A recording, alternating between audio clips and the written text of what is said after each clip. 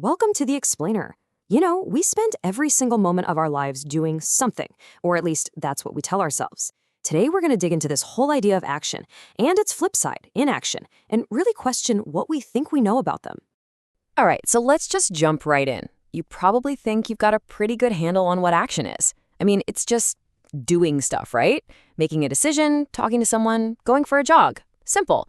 But what if I told you that line between doing something and doing nothing? Well, what if it's way more blurry than we think? I mean, on the surface, it seems totally obvious. Action is all about movement, getting things done, making noise. And inaction, that's just stillness, waiting, being quiet. It's the basic playbook we all use. But let's not stop there. Let's dig a bit deeper. And here's where it gets really interesting. Think about it. Even when your body is perfectly still, when you're just sitting there, is your mind ever actually doing nothing? No way. It's usually racing a mile a minute, right? You're worrying about tomorrow. You're replaying that awkward thing you said yesterday. You're planning your next big move. So, can we really call that inaction? And that right there, that's our first big clue. We've got to look past just the physical stuff. We have to see that thought itself is a kind of action. Your brain is never off. It's always moving, always creating, always doing. Okay, so if our bodies and our minds are basically always on the move, always in some kind of action, the big question is, why? What's the engine driving all this stuff, the things we see, and all this stuff happening inside our heads? Well, for the most part, the answer is the past. Yeah, seriously. The huge majority of what we call action isn't some brand new response to what's happening right now. Nope, it's a reaction. It's basically us running a program written by everything that's ever happened to us before. Just think about it for a second. Our actions are almost always guided by our memories, right? Our past wins, our past fails, all those behaviors we learned along the way. We like to call this experience or wisdom, and yeah, it can be super useful. But it also means that a lot of the time, we're just replaying old recordings, letting the past run the show in the present. And that leads to a pretty challenging thought, doesn't it? If our actions are always coming from what's already happened, can they ever be truly new? Or are we all just kind of stuck in a loop, repeating slightly different versions of the same old patterns again and again? Let's break down how this works. Say someone insults you. What happens? Instantly, your memory goes, hey, I remember this feeling. It pulls up all those past hurts. Then your thoughts jump in, spinning a whole story around it, and bam, you react. You get defensive, you get angry. It's a total chain reaction. It's not like seeing a kid run into the street and you just act instantly without a single thought. That's a whole complete action. This other stuff, that's just a conditioned response. So here's the million-dollar question. Is it even possible to act without it just being a reaction? Is there a way to find an action that's actually fresh, that's immediate, and not just another echo of our old programming? This is really the core of what we need to figure out. And the answer, maybe surprisingly, isn't about trying to act differently. It's all about learning to see differently. Turns out, the quality of your action depends completely on how clearly you're perceiving the world around you in that moment. So, what in the world is clarity of perception? Well, it's about seeing a situation for exactly what it is, without all your personal filters, without the baggage of your past, your opinions, your fears, or even your hopes. When you can see with that kind of clarity, the right action just happens. It flows.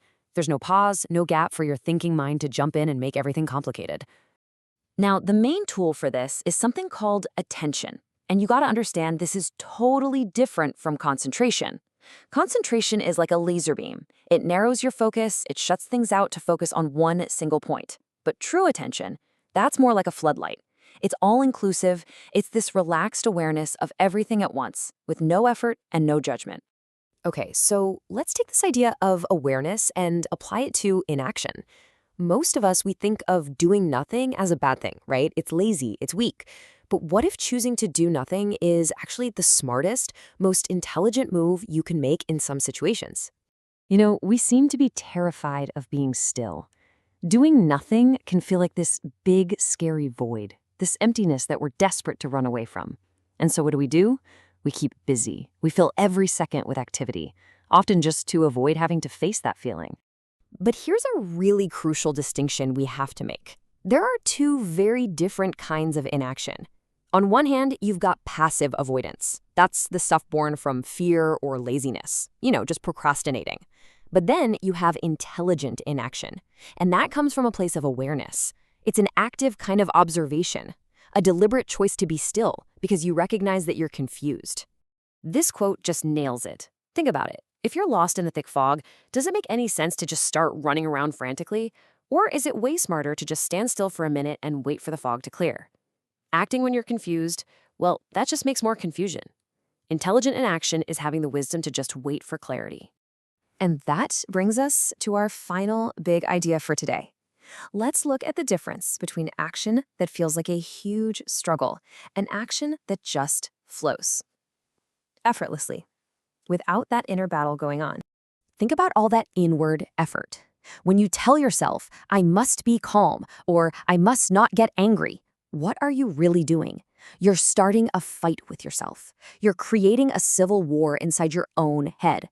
One part of you is trying to control another part.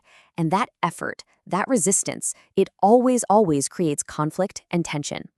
Now compare that feeling to a time you were totally lost in something you love, a hobby, a project, whatever. Was there any effort involved? Of course not. There was just attention, a completely natural flow. When you're genuinely interested in something, when you're fully engaged, the action just happens. It's effortless. So here's the really big takeaway.